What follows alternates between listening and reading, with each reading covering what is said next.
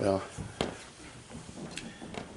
thank the Lord for all of you again that are here this morning, and for just the joy of fellowship this morning.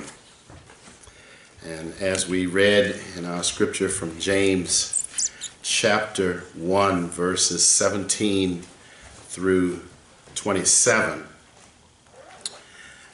my topic this morning is the elements of growing in God's grace. And everything has certain criteria for functioning.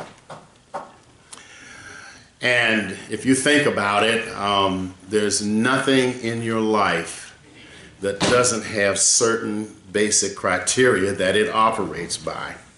All right? I don't care what it is. There's certain criteria that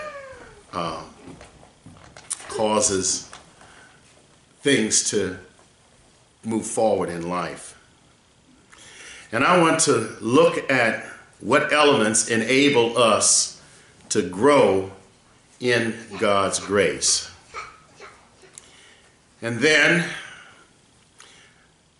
what application of this scriptural principle can we apply to our lives?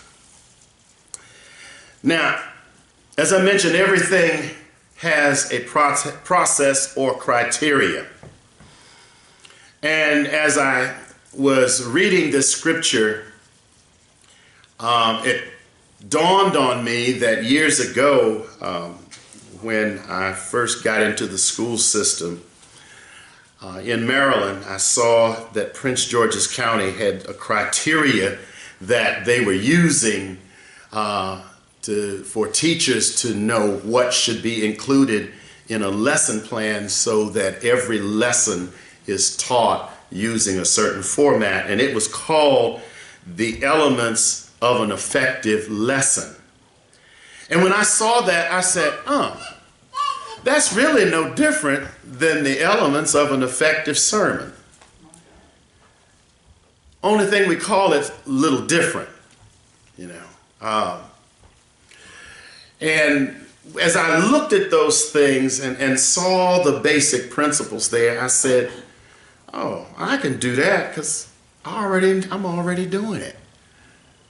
And so from that, it made me conscious of when I prepare a message, that there is a format that I should follow so that I bring the lesson out so that others can receive it.